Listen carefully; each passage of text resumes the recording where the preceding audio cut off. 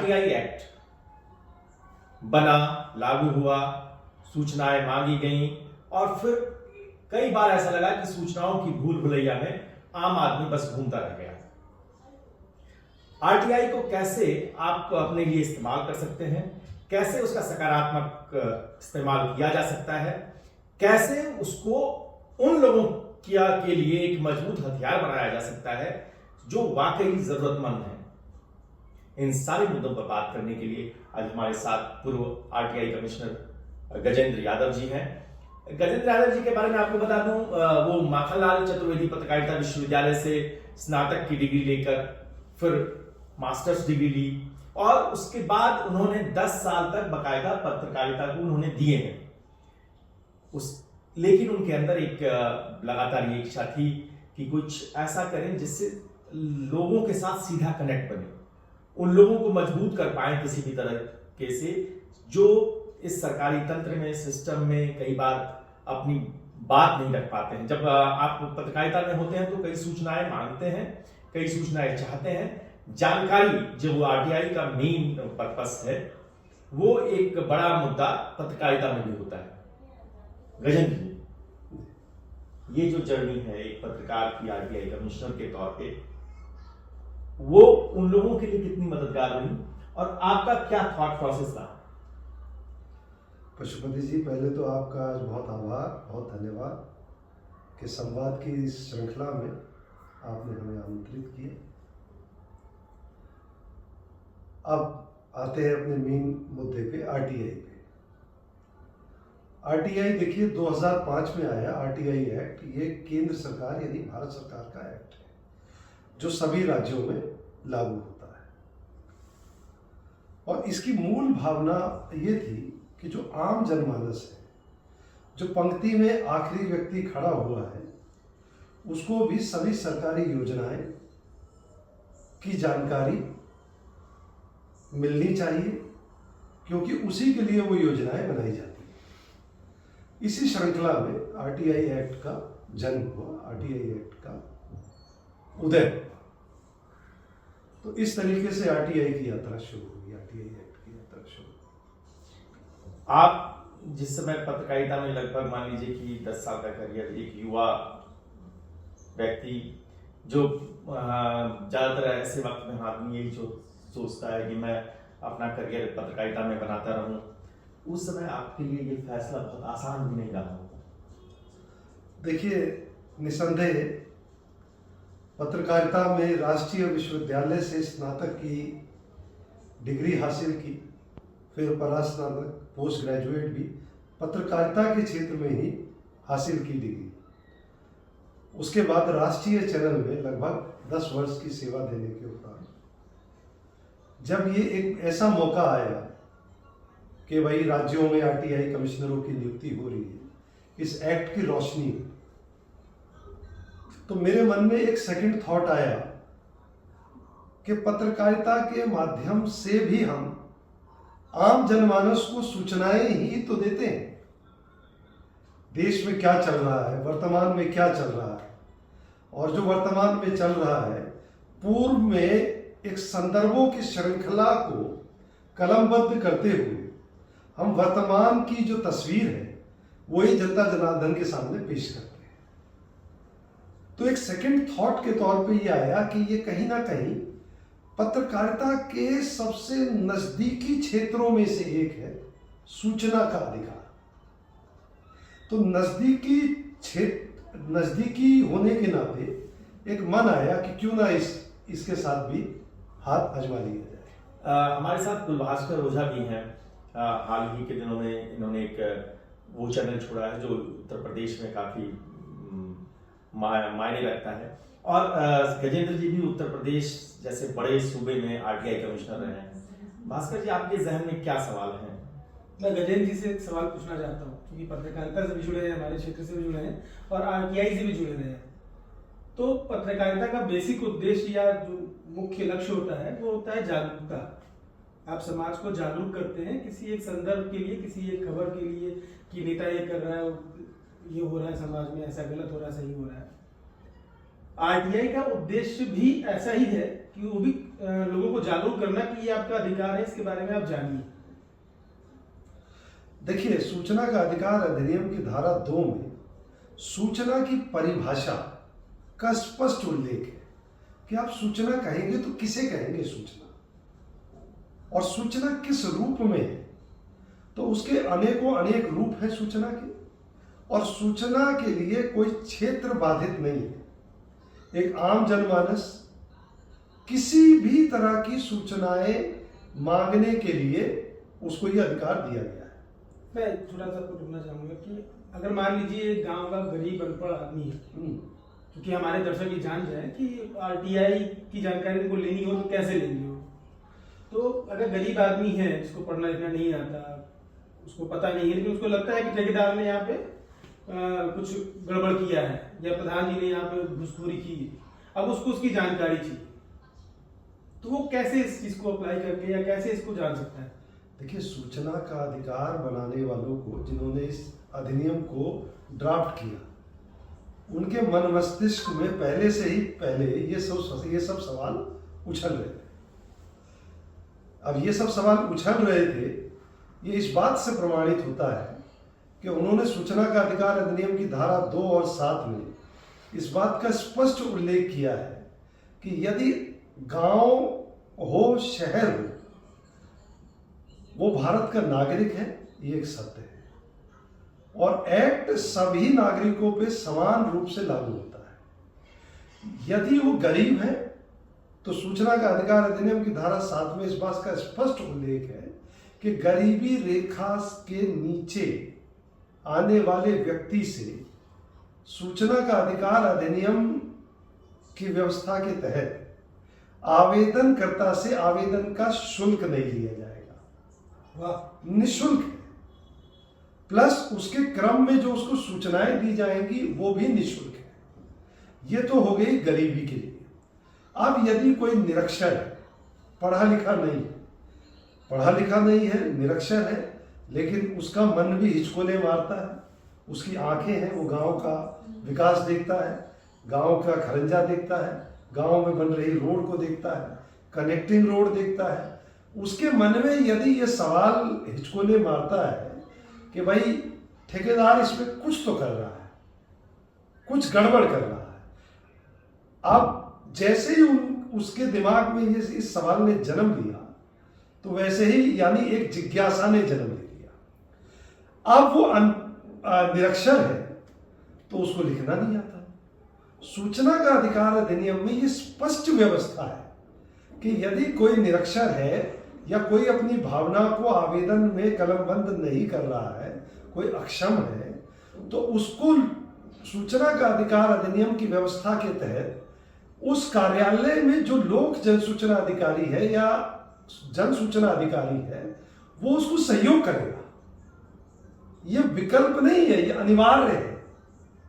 आप ये एक चीज और मैं जानना समझना चाहता हूँ बदलाव के दर्शकों के लिए। मैं बदलाव के दर्शकों से कहना चाहूंगा कि गजेंद्र यादव जी आरटीआई कमिश्नर के तौर पे रहने के बाद इन दिनों कई सारी वर्कशॉप्स कर रहे हैं, कई सारे इलाकों में जाकर लोगों को समझा रहे हैं कि आप इसका इस्तेमाल कैसे कर सकते हैं। अगर आपका भी कोई सवाल हो तो आप हमारे कमेंट बॉक्स में जरूर करें। दूसरी चीज मैं गजेंद्र जी आपसे समझना चाहता हूं कि कई बार क्या होता है कि सिस्टम की तरह ही काम करता है।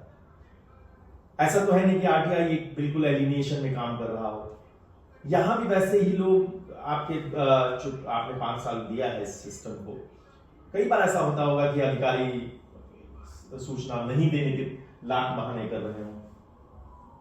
तो जब अगर आप जब किसी व्यक्ति को सूचना चाहिए होती है, अगर वो उस वक्त ना मिले या उसको हम लिंगर ऑन कर दें कि आपको उसको हायर अथॉरिटी के पास जाना पड़े, फिर उसके हायर अपीलेट में जाना पड़े, तो ये जो लंबी प्रक्रिया है और दूसरा सिस्टम का जो एक स्टबर्नेस है कि हम क्यों बताएं, तुम कौन होते हो पूछने वाले, इसको अगर आपको किसी एक घटना के माध्यम से आप बता पाए जो आपने देखी हो।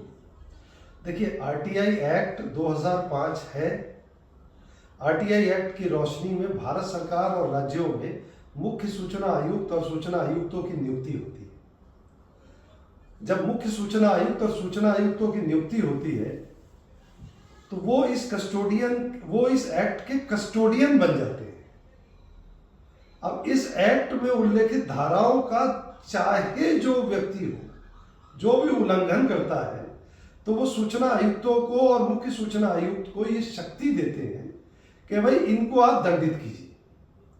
सूचना की यात्रा में, यानी आवेदन की यात्रा में, आरटीआई एप्लीकेशन की जो जर्नी है उसकी यात्रा में यदि पीठासीन अधिकारी, जो कि राज्य सूचना आयुक्त और मुख्य सूचना आयुक्त होते हैं, पीठासीन अधिकारी का ये समाधान हो जाता है कि ये जन सूचना अधिकारी जानबूझ के सूचना नहीं देना चाहता है, ये जन सूचना अधिकारी जानबूझ के सूचनाओं को छुपाना चाहता है, ये जन सूचना अधिकारी जानबूझ कर समय अवधि बिताना चाहता है, निकालना चाहता है, लिंगर ऑन कर रहा है, यदि समाधान हो जाता है तो सूचना का अधिकार अधिनियम 2005 की धारा 20(1) और 20(2) ऐसी शक्ति है जो कि सूचना आयुक्त उन शक्तियों का प्रयोग करते हुए जन सूचना अधिकारी पर 250 रुपया प्रति दिन के हिसाब से 25,000 अधिकतम दंड निरूपित करता है जन सूचना अधिकारी पे, यानी सरकारी अधिकारी पे। उसके बाद भी यदि जन सूचना अधिकारी सूचना नहीं देता है तो सूचना का अधिकार अधिनियम 2005 की धारा 20(2) यानी उस अधिकारी के विरुद्ध विभागीय कार्यवाही की संस्तुति करता है, और उस विभागीय कार्यवाही की संस्तुति का आधार जो होता है वो ये आधार है कि पीठासीन अधिकारी का ये समाधान हो गया कि इस जनसूचना अधिकारी को एक्ट की रोशनी में जो कार्य दिया गया उस कानून कार्यों के प्रति इस जनसूचना अधिकारी ने उदासीनता, शिथिलता बरती है, इसलिए इस अधिकारी के विरुद्ध जो है विभागीय कार्रवाई की जाए गैर गंभीर शिथिलता और विलंब के आधार पर। कोई ऐसा एग्जाम्पल जिसमें आपने किसी बड़े अधिकारी के ऊपर दंडात्मक कार्रवाई की हो? शासन स्तर पर भी और जनपद स्तर पर भी बहुत सारे, जैसे शिक्षक होते हैं, शिक्षक ये जानना चाहते हैं कि भाई यदि एक ब्लॉक से दूसरे ब्लॉक में, यदि शासन ने कोई ऐसी नीति बना दी है कि एक ब्लॉक में एक शिक्षक 2 वर्ष तक रहेगा, अब 2 वर्ष से पहले जिला बेसिक शिक्षा अधिकारी उसका एक ब्लॉक से दूसरे ब्लॉक में ट्रांसफर कर देता है, और वो आरटीआई के माध्यम से ये जानना चाहता है कि भैया नियम विपरीत मेरा स्थानांतरण क्यों किया गया। और यदि बीएस से नहीं देते हैं जिला बेसिक शिक्षा अधिकारी, तो उन्हीं शिक्षक के आवेदन के आधार पर उन पर दंडात्मक कार्रवाई की जाती है। ऐसे अनेक उदाहरण है जो कि एक रूटीन प्रक्रिया है।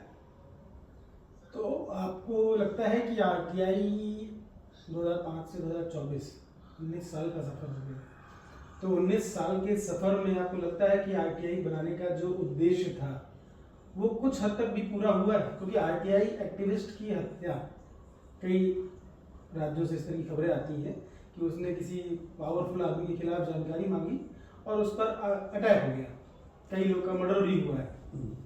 आपके सवाल का पहला हिस्सा कि भाई आरटीआई अपनी जिस उद्देश्य के लिए बनाया गया था उस उद्देश्य को हम किस स्तर तक अचीव कर पाए, तो इस सवाल के जवाब में हम यही कहना चाहते हैं कि ये एक ऑनगोइंग प्रक्रिया है, ये एक निरंतर प्रक्रिया है, और इसमें बहुत सारे हर्डल्स भी आए।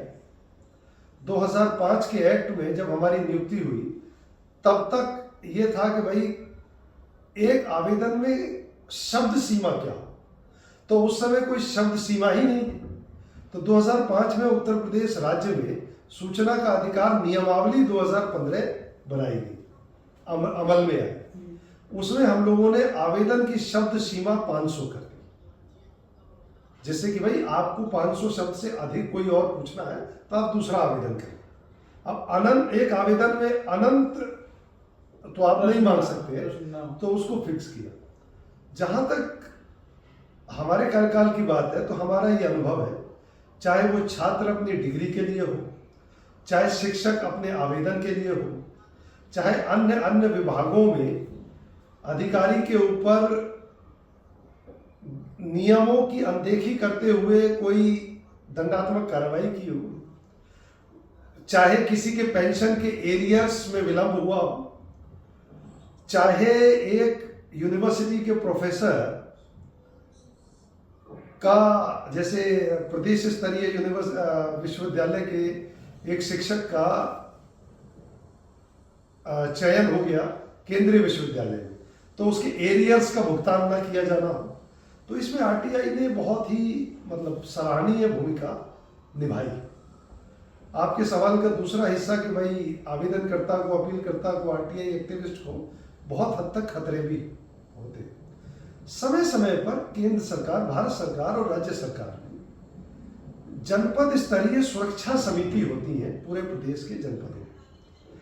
जनपद स्तरीय सुरक्षा समिति को समय समय पर दिशा निर्देश, एडवाइजरी जारी की है कि यदि किसी आरटीआई एक्टिविस्ट को किसी भी प्रकार का कोई खतरा है और वो खतरा को रेखांकित करते हुए जिला सुरक्षा समिति के समक्ष अपना आवेदन प्रत्यावेदन देता है, तो उसको सुरक्षा और उसका मतलब जो नागरिक का अधिकार है उसको सुरक्षित रखने के लिए जो भी नियमानुसार उचित हो सके वो किया जाना चाहिए। एक इसी से जुड़ा हुआ एक सवाल और है, आरटीआई एक्टिविस्टों में एक ऐसी जमात आ गई जिन्होंने इसको अपना धंधा बना लिया कि किसी को परेशान करना है, किसी अधिकारी को तंग करना है, तो आरटीआई पर आरटीआई, आरटीआई पे आरटीआई, मतलब वो जो पर्पसलेसली भी है कि वो उसमें ना पार्टी है ना उसका उससे कुछ लेना देना है, तब भी वो सूचनाएं मांगकर ये दिखा रहा है कि मैं आपकी पोल पट्टी खोल सकता हूं, वरना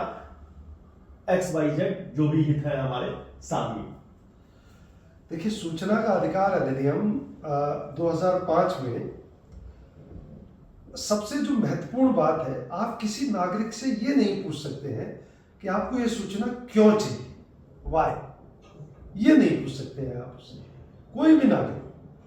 और उसमें नागरिक के आवेदन के लिए आवेदन की लिमिट भी नहीं रखी गई है।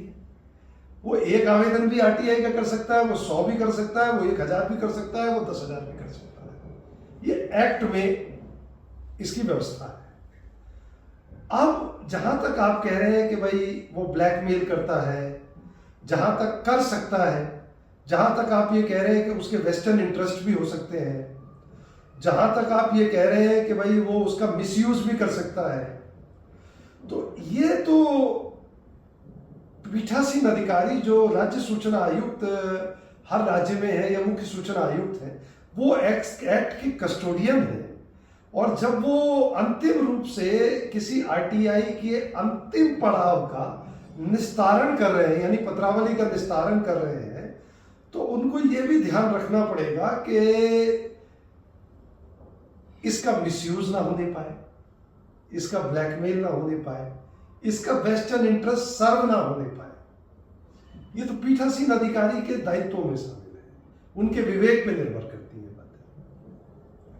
एक और सवाल भास्कर कुछ पूछना चाहते हैं, उसके पहले मैं पूछ लेता हूं कि कई बार ऐसा होता है कि ये अति गोपनीय फाइल है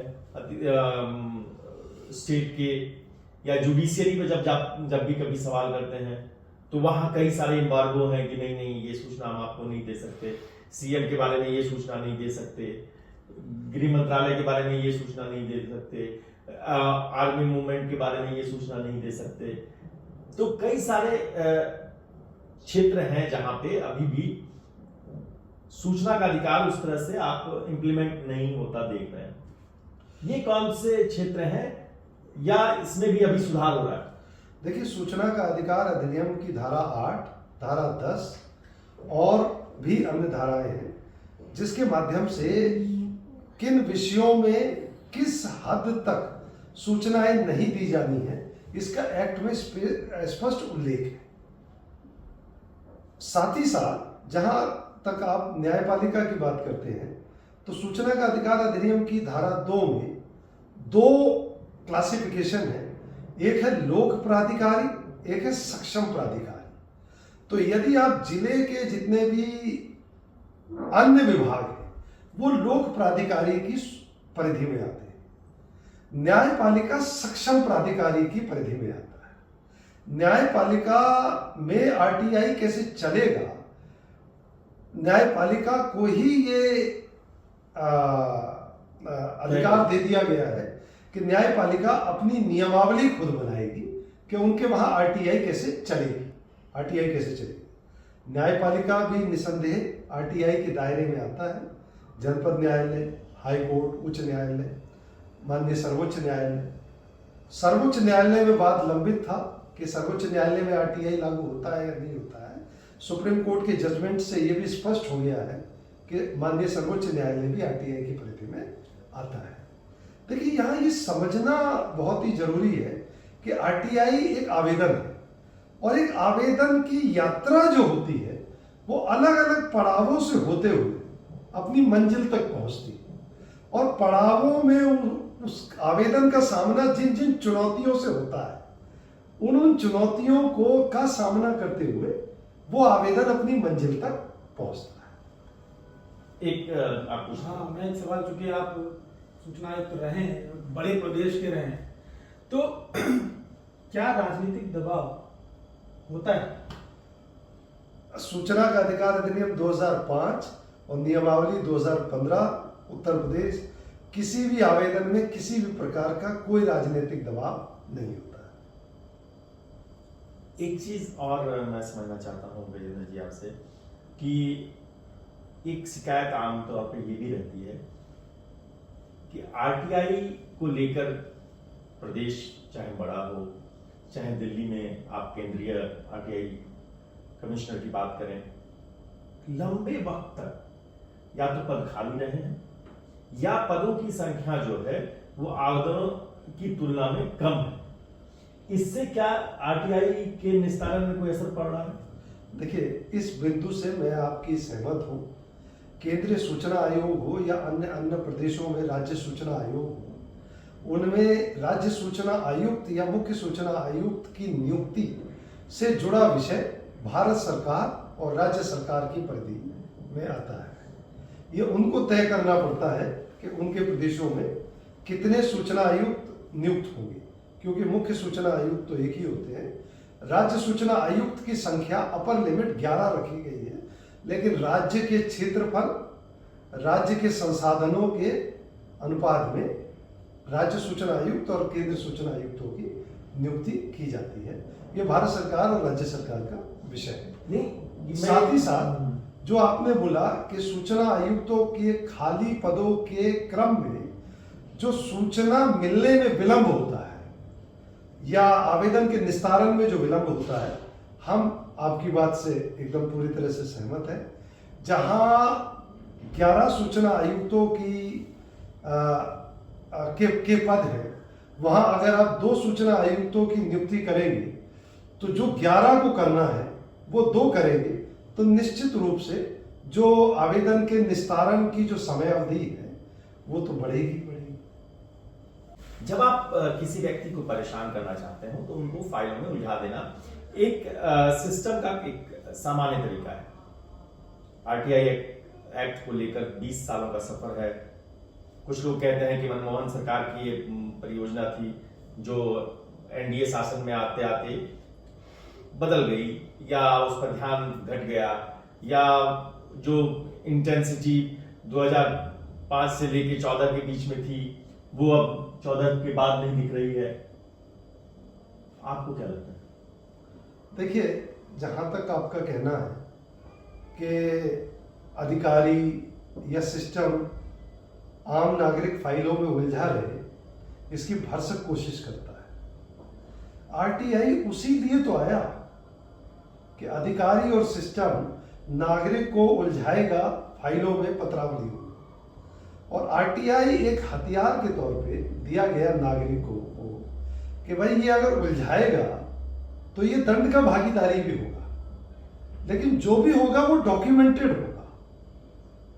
डॉक्यूमेंटेड रूप से यदि ये स्पष्ट हो जाता है कि अधिकारी उलझा रहे हैं या अधिकारी समय को बिता रहे हैं, और ये यदि सिद्ध हो जाता है आरटीआई की यात्रा में, तो वो दंड का भागीदारी होता है।